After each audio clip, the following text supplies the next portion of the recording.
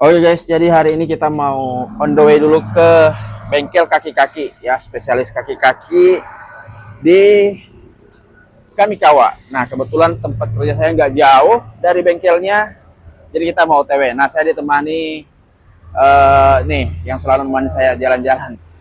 Oke, jadi saya cuma naik sepeda motor hari ini, jadi kita akan naik sepeda motor ke sana untuk tanya-tanya doang dulu ya. Nanti kalau kita sudah tahu estimasi ya, kemudian solusi dan lain-lain, baru kita bawa mobilnya. Oke, pantengin terus. Oke, jadi kita akan langsung on the way aja guys ke bengkelnya.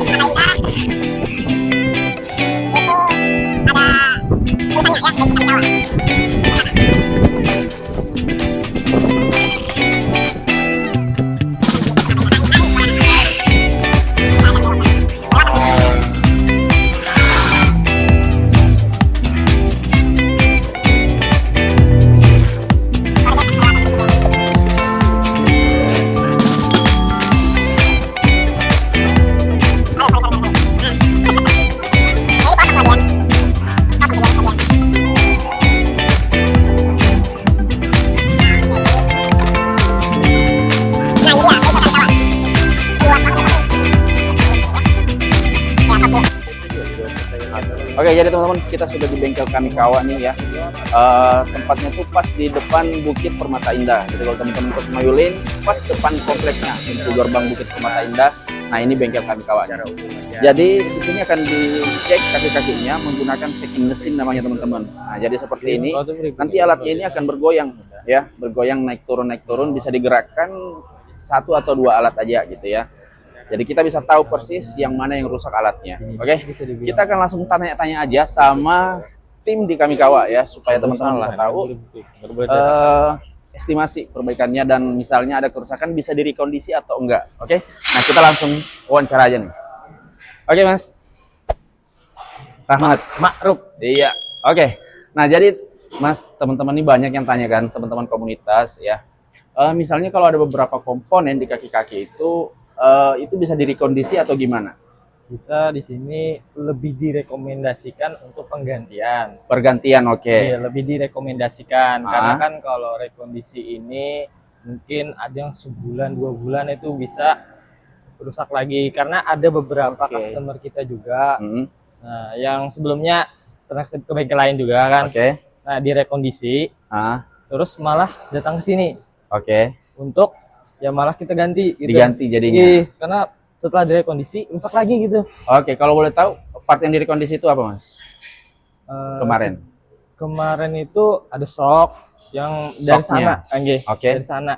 Tapi kan setelah direkondisi ya dipakai 3-4 minggu rusak lagi kan? Oke, sip. Berarti lebih baik melakukan pergantian sekaligus. Oke, sip. Nah, kalau misalnya di komponen kayak Rextir, di Rextir ini kan banyak ya komponennya. Salah satunya kan yang paling sering rusak itu busingnya kalau orang bilang, benar nggak? Nah, iya. Kalau Rextir ini kan rack-in-nya Mas. Rack-in? Iya, oke. Rextir kan di rack-in-nya yang harus kita ganti biasanya. Diganti? Jadi, kalau di refinisi tadi kan takutnya ya 3-4 minggu tadi kan bisa rusak lagi kan gitu. Oh gitu. Jadi kalau Rextir itu apanya yang paling sering rusak? Oblak duluan? itu di rack setir itu kan bagian ujung-ujungnya itu kan ada rack in-nya. Oke. Biasanya kalau apa namanya?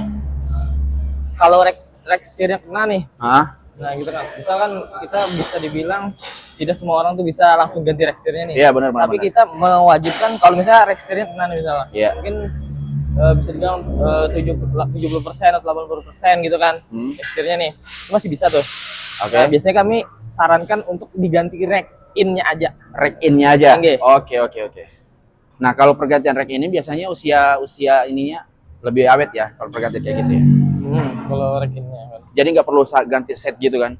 Iya, kalau kerusakannya itu sudah di bawah 70% itu sebenarnya harus diganti rack setirnya. Ah, Kalau masih 70-80% ya harus diwajibkan ganti rack in-nya lah. rack in-nya aja. Oke, berarti masih bisa direkondisi di bagian rack in-nya itu tadi. Ya diganti lah gitu. Oke, kalau di bagian armnya itu bisa direkondisi nggak? Kan di situ ada karet, ya kan? Atau ada apanya gitu? Ada yang bisa dibubut atau gimana? Kalau di bagian arm kan busing-busingnya itu kan memang biasanya faktor usia kan. Faktor usia benar ya. Jadi kan memang harus diganti itu kalau busing-busing karet-karet itu kan. Oke. Memang harus diganti. Sama kasusnya dengan tirot, long tirot ya, sama semuanya harus ganti gitu ya. Kalau direkondisi nggak rekomendasi. Tidak ada rekomendasikan. Kalaupun bisa paling hanya beberapa minggu dan bulan ya. Rusak lagi. Oke. Nah, kalau di bagian pengereman Mas, kayak pengeremannya tuh misalnya disc brake-nya minta dibubut, bisa nggak di sini bubut? Kalau bubut kita sudah merekomendasikan juga sih.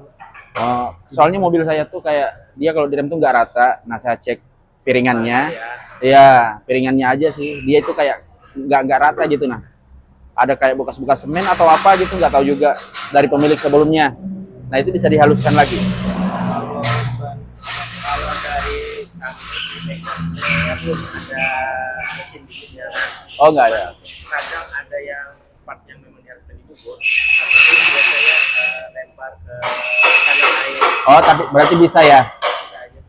Cuman rekomendasi tetap harus diganti. Harus diganti. Oke. Lebih baiknya gitu ya. Baiknya lah. Kalau jam bukanya Senin sampai Sabtu. Iya, Senin sampai Sabtu. Tanggal merah kita buka, hari Minggu tutup. Berarti hari Senin tanggal merah misalnya Bisa. buka. Hari Minggu doang. Iya. Sampai jam berapa tadi? Dari 8.30 sampai 16.30. Oke, sekarang kalau terkait biaya nih, estimasinya kalau misalnya perbaikan rack setir tadi, misalnya yang kita ganti rack in-nya tadi. Nah, itu kira-kira estimasinya berapa? Pertama itu kan kita estimasikan dulu kan biaya spare part-nya nih. Oke. Spare part-nya kan, Iya. kan setiap part kan beda-beda nih harganya. Iya, nih. betul. Kita estimasikan dulu. Ah, Nah, setelah itu kan baru jasa-jasanya kita estimasikan kemudian kalau jasanya sendiri? jasanya kan beragam ya Mas. Ah, Itu listnya banyak sih ya. Kalau apa namanya? Ya ada listnya sih Mas. oh ada listnya. Ada list. Nanti bisa minta listnya. Bisa nggak? Untuk jasa ini lebih ke jasa tekniknya kami aplikasikan. Hah? Itu setting itu pengecekan itu 250.000. Oh, jadi bisa untuk pengecekan aja dulu. Jasanya 250. Baru kelihatan pas aja yang diperbaiki dan jasanya apa aja. Oke.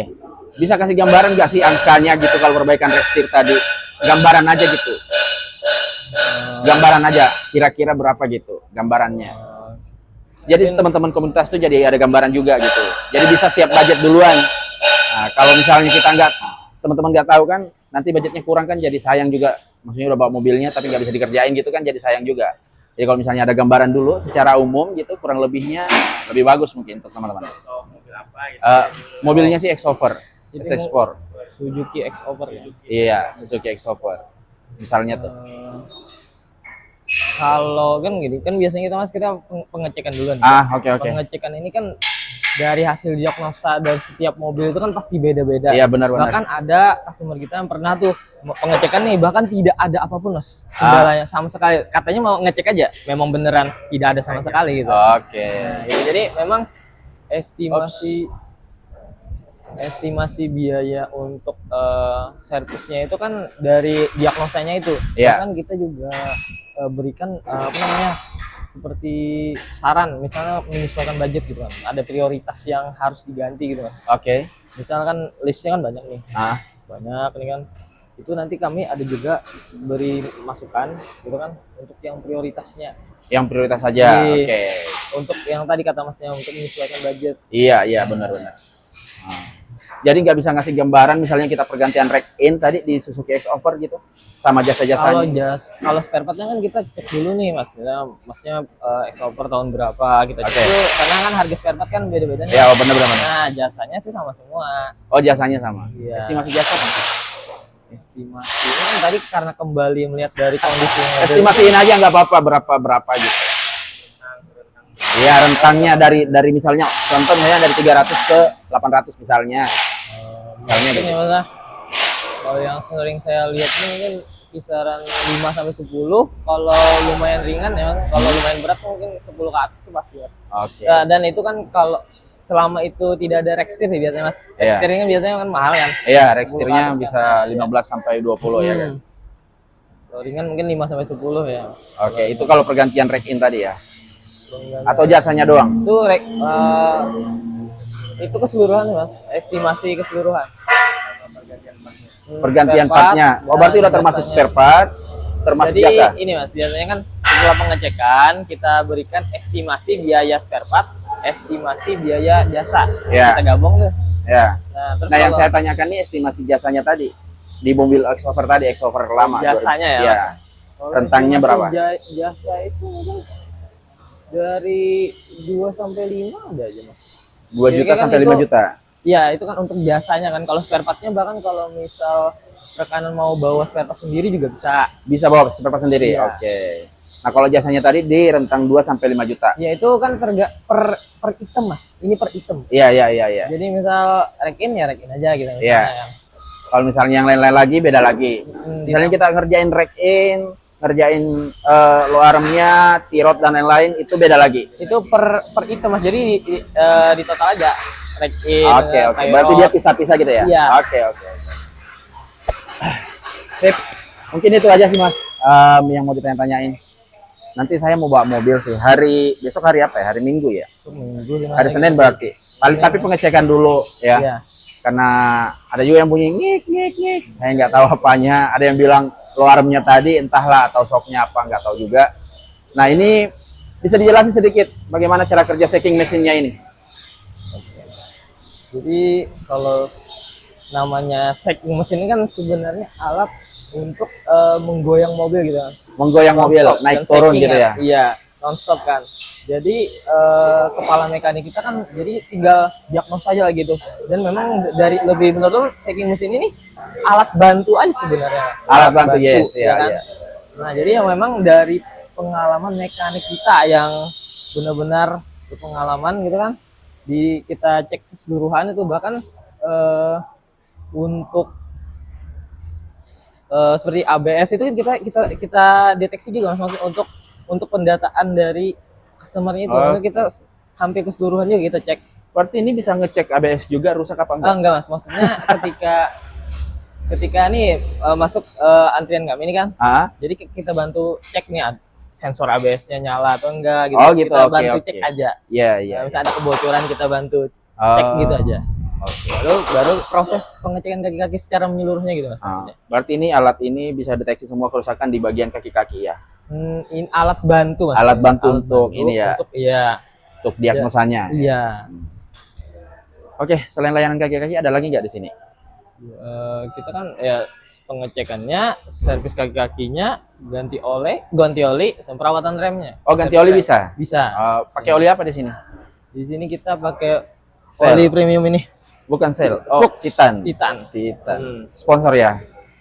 Ya, aku bilang gitu. Sponsor ya kan? Oke. Nah, untuk pengerjaannya sendiri mungkin bisa dikasih gambaran pengerjaan kayak rack stick tadi berapa lama? Oh mungkin gini Mas. Biasanya itu kan kita ini ada cekan terlebih dahulu, Ah? baru kita jadwalkan untuk servisnya. Oh, gitu. Disarankan. Oke, jadi nggak bisa kita langsung estimasikan Kalau gitu ya? kalau estimasinya langsung Mas, langsung setelah pengecekannya selesai, Setelah tahu kira-kira gitu ya? 1 jam.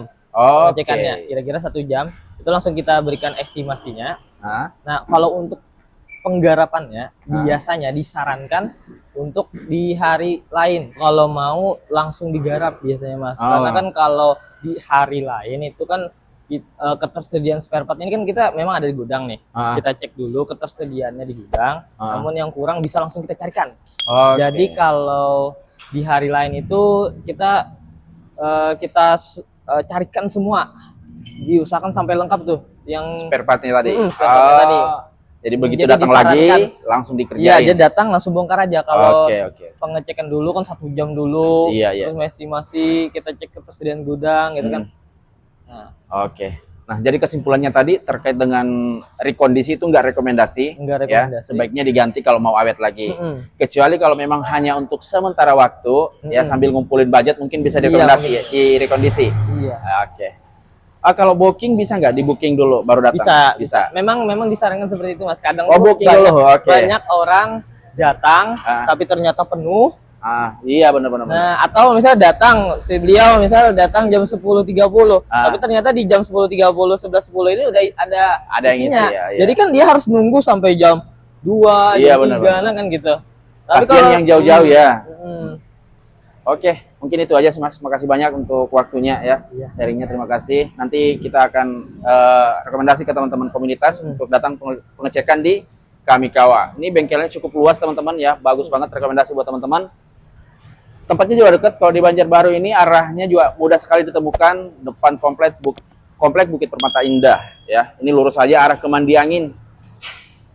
Di Sungai Ulin namanya. Terima kasih teman-teman. Semoga bermanfaat.